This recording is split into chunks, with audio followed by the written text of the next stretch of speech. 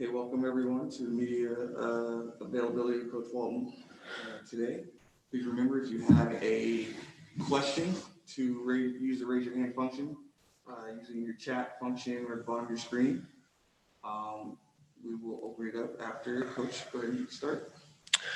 Before we start, I just wanted to continue to send our support and love and prayers to everyone that is affected by the pandemic going around the world right now. We're lucky and excited to be starting our season again, but it's important that we continue to look to help each other during these times. Excited to get to these interviews on Zoom again, and really hope you guys all had a nice last holiday and a good Thanksgiving before we get into the grind again. So let's get this started. All right, James here. Hey, Luke, good to see you. I guess the question is, last year you really had an abbreviated training camp with the trip to India and everything else, and it really did kind of mess with the flow of the team early in the season. How do you avoid that this year, especially with all of the protocols and all this stuff? And how do you have a huge influx of new players? How do you get everybody ready and on the same page? Yeah, James, it's a good question, and we learned from that last year, and we learned from that experience. And I think what's important to take from it is we're all about building and getting this team to playing to a certain level on a consistent night. And for us, it's about what we look like as the season goes on and how do we get there. And that's building those habits that we talk about all the time. And, one of the things we learned from last season was, all right, maybe we don't put in everything right away, or at least try to get everything in right away, and even simplify it even more going into the start of this season with the short training camp and with the restrictions that are put into place. So, there's some things that we need to really lock in and focus on, but we also know that we're looking long term as far as how we progress into the start of the season and what we want to look like at the end of the season. I thought we did a pretty good job of that last year. So we'll continue to have that type of mindset. Luke, I know you haven't had a lot of time to get on the floor with these guys yet, but is there anything that stands out from either your team that's coming back or some of the new guys that you just maybe are slightly surprised by? It's tough, James. I've had no time on the floor with these guys. So, right now is the first day they're allowed to be on the floor. And even with that, it's one coach, one player, no more than 4 in the gym at a time. So I'll get reports back from my coaches that are working with each guy today. But even today, James, is more about guys are taking their physicals. Guys are going to do conditioning tests so we can get a baseline on where everybody is,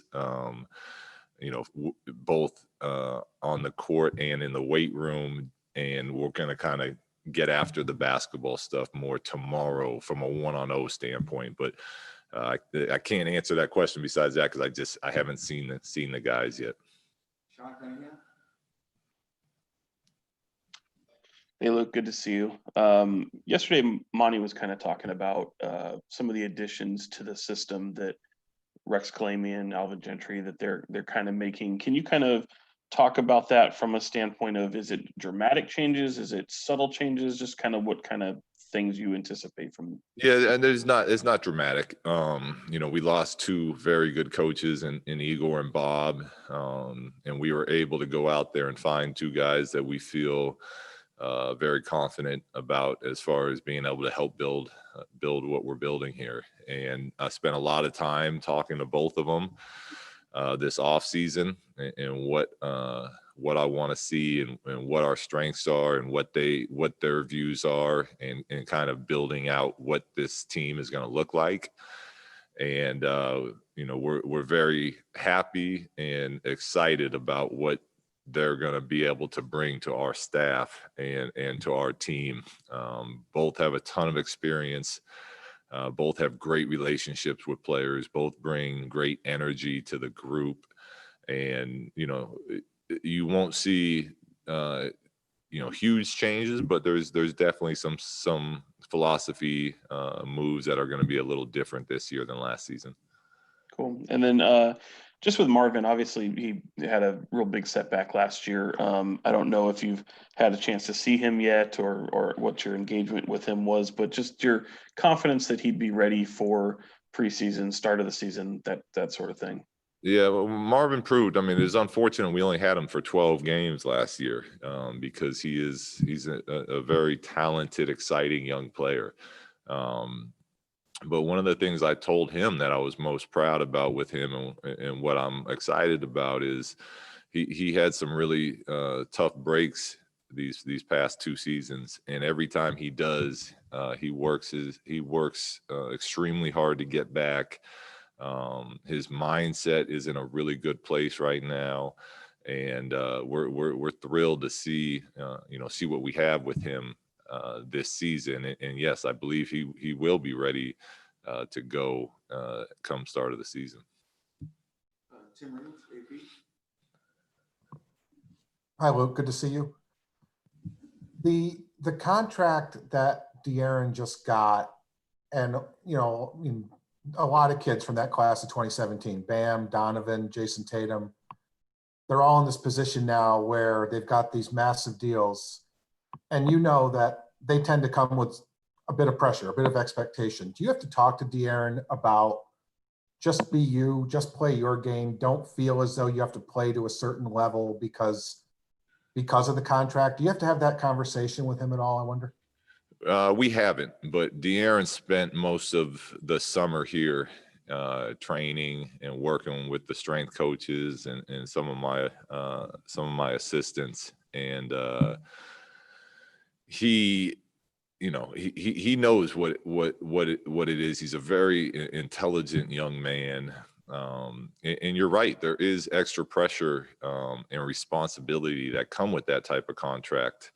And the key is to embrace that and to want that. And that's why, certain players get paid those type of contracts. So, we don't want him forcing things due to that added pressure, but we do want him owning that responsibility and owning the idea of, this team is moving forward, and how quickly we get there. A big part of that is with him. And I say that because I'm confident that he can handle that. And I'm confident that he can help get us there. Jason Jones. Hey, Luke, how you doing? Yeah, the first thing, coming into a season with a new GM, new vision upstairs, what's been the transition like with you and Monty? I know you've been through this before, but what's it been like this time around, and what has that relationship been like to this point? Yeah, it's been good, and it's hard, obviously, because I had such a great relationship with Vlade and Peja, and that transition is always it's got its challenges, but Monty's been very easy to work with. He's very easy to talk to. He's clear on what he sees and what his plan is, and he's very open to hearing my thoughts and my views on where we're at and what direction we need and what additions we need. So it's the working relationship has been very good so far, and I'm very excited to continue to work with him.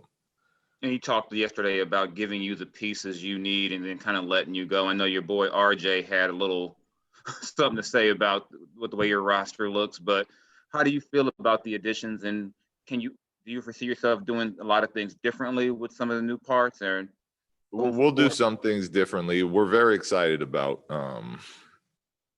some of these players that we have, and part of it, Jason, is we got to see what we have. Normally you go into a season, you have all of September where guys are back playing pickup. We have three 3 rookies that we drafted that I'm excited to see. But these rookies normally get a summer league and then they get a few months to adjust. They're going straight from getting drafted to the start of the season. So we got to kind of go into it knowing that we got to be patient. But as far as the excitement level of who we drafted, the type of players, the type of people we drafted, very excited. Tough, athletic, play both ends of the floor, and versatile. So we're excited about those pieces. We'll of course miss Bogey. He's a great player, a great teammate, but that's part of the NBA. So we got to keep moving forward, and we're excited about doing that with the pieces we have. Marshall Harris. Hey, Luke, good to see you back to work. When you look at this offseason, so much has happened, and obviously the beginning of this season is somewhat different from last season. Last time we heard from Buddy Hield, he wasn't necessarily happy with his role coming off the bench. Have you had much communication with him, and with Bogey gone, as you just mentioned? Do you foresee him going right back into the starting lineup, or is that something you'll have to look at? How are you looking at that situation? Yeah, we got a lot of new faces here, so we have to continue to look at what's going to be best for our team. And even last season, Buddy started more than half the season, and when he didn't start, he played a huge role for us coming in off the bench and being a dynamic 20-point-a-night scorer. So every decision I make is always based on what I feel is best for the group and best for the team. And with this training camp, this is part of what we have to see. What do we have? What groups are playing well together? Who complements who? And at the end of the day, every decision that gets made will again come down to what do I feel as the head coach is best for this team, giving us the best chance of winning.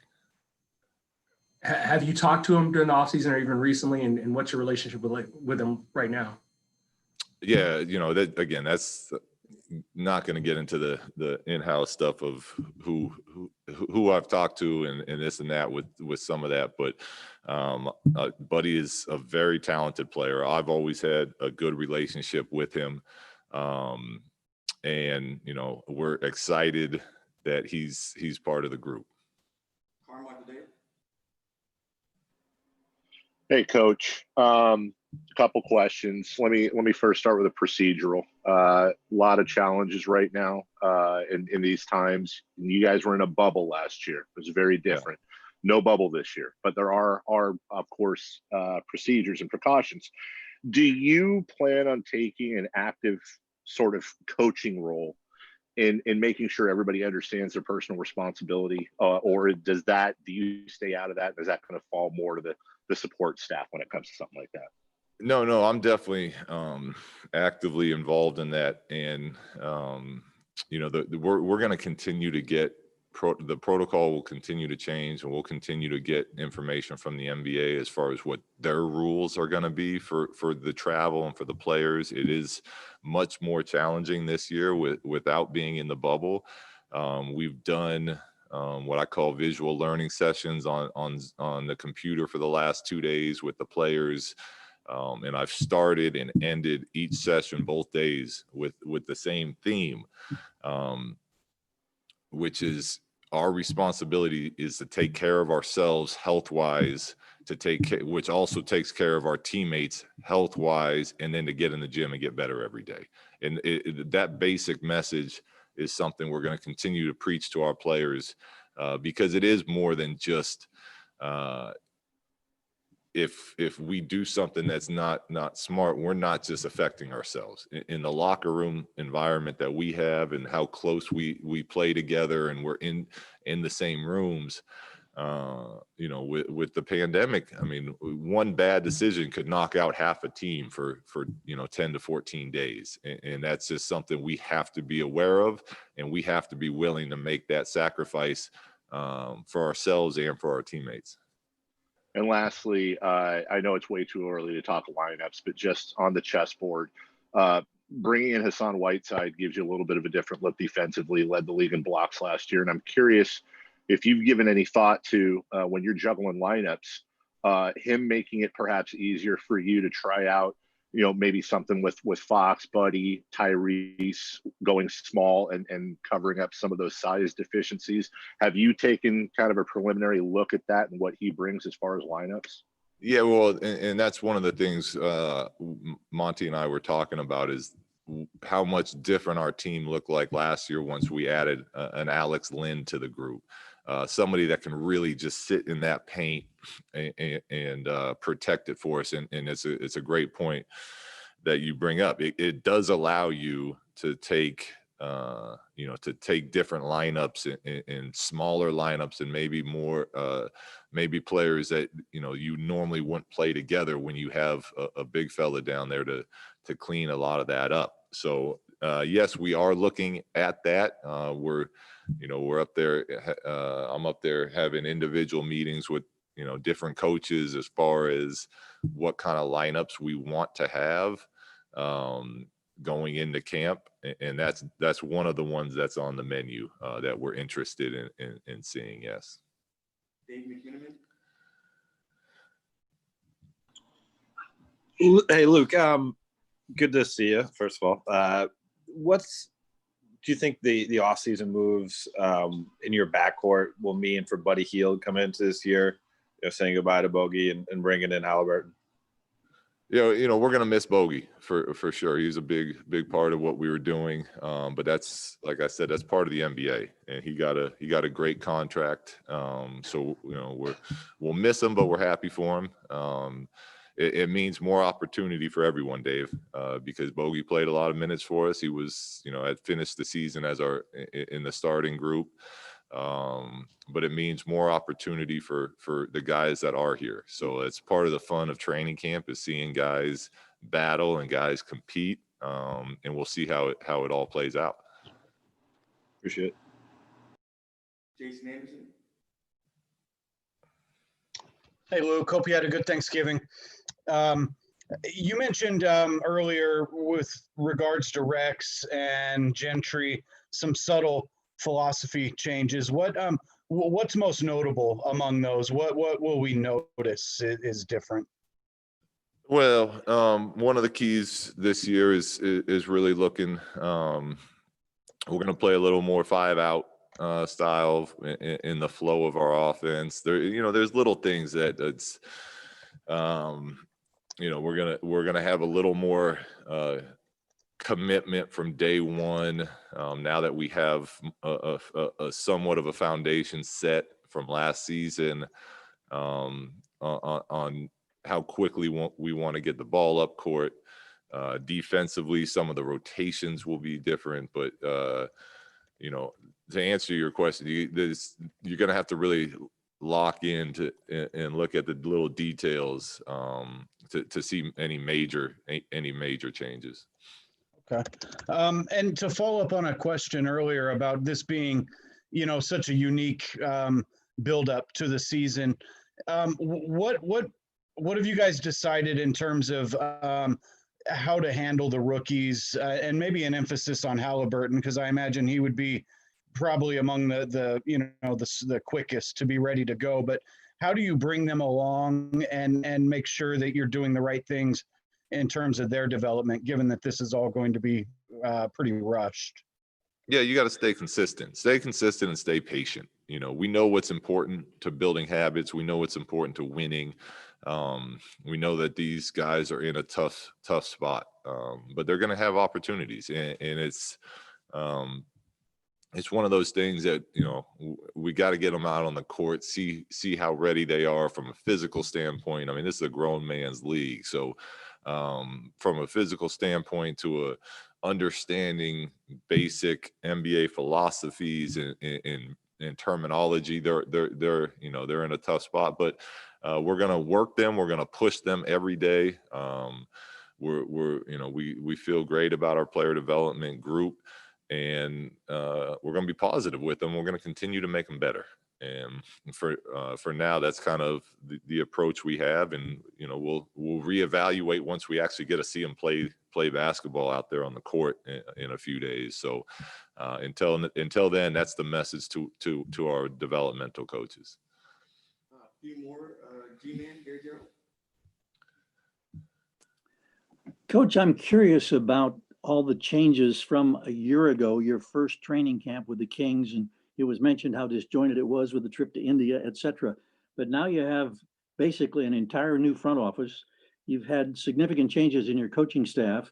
You have all of these new faces on your roster. Is there a sense that you're basically having to start all over again? No, that's we feel confident that we have a pretty solid foundation set with the guys we do have coming back. Now we know we are going to have to take a couple steps back.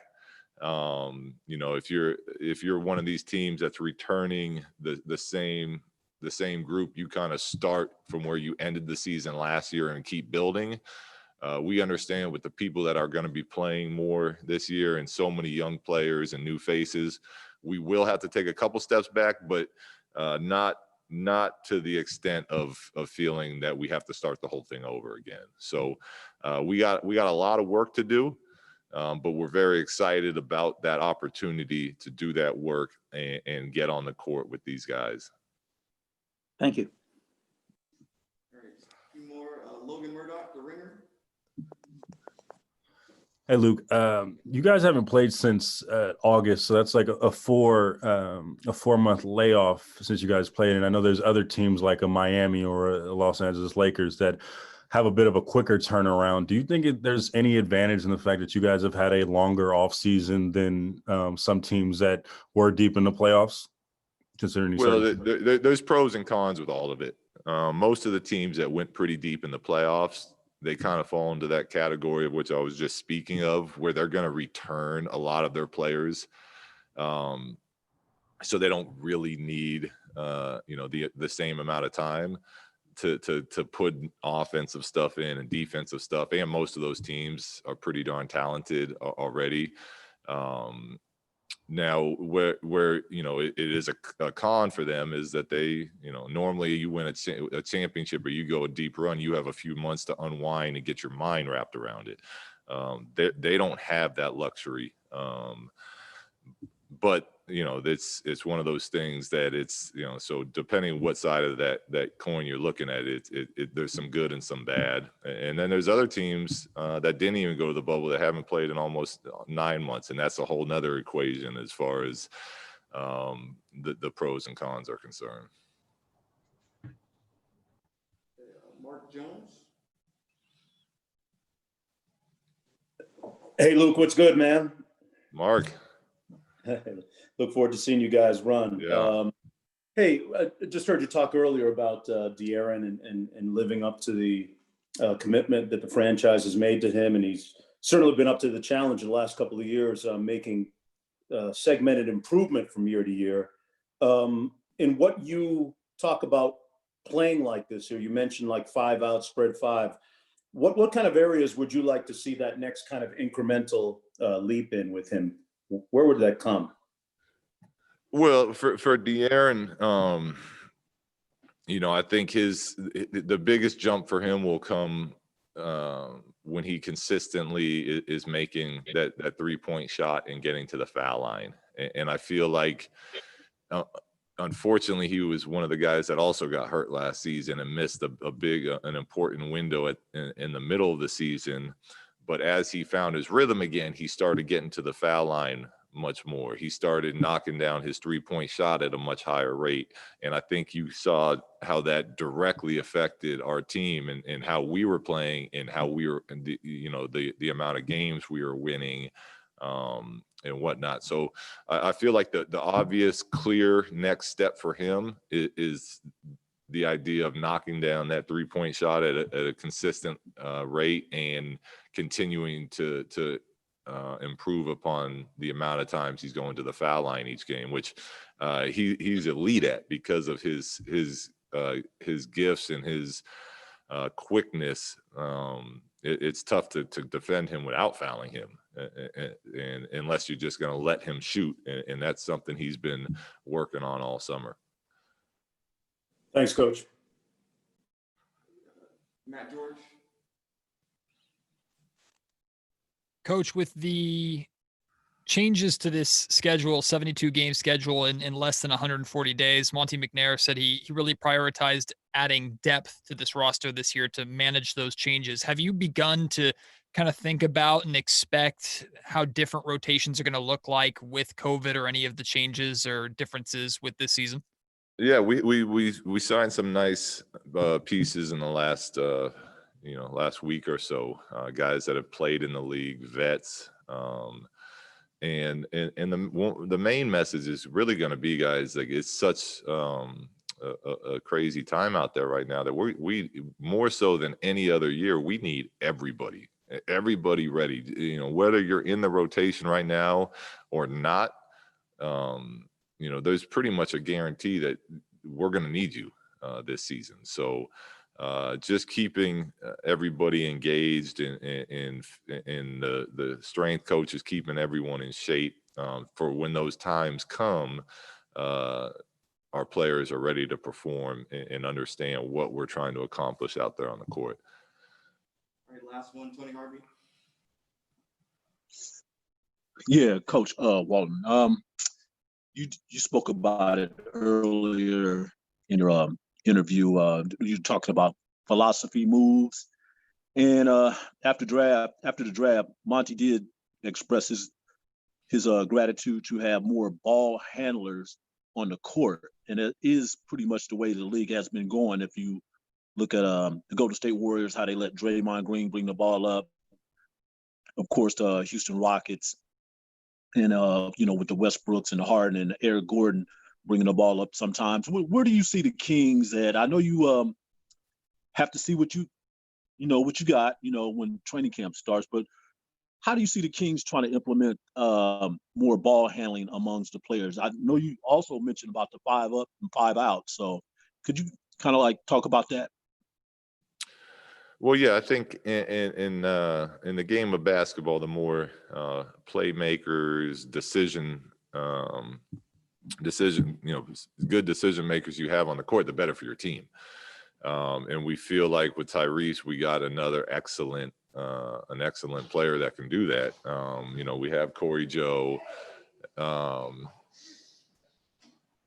So you look, we're gonna try to get guys out there that it's not just Fox pounding the ball the entire game, but that we're attacking other teams as a team, and we have multiple guys that can make those plays and whatnot. And I thought we did a nice job of adding to that this offseason. Okay, thank you everyone for your time. We'll be back later with some more availabilities. Thank you.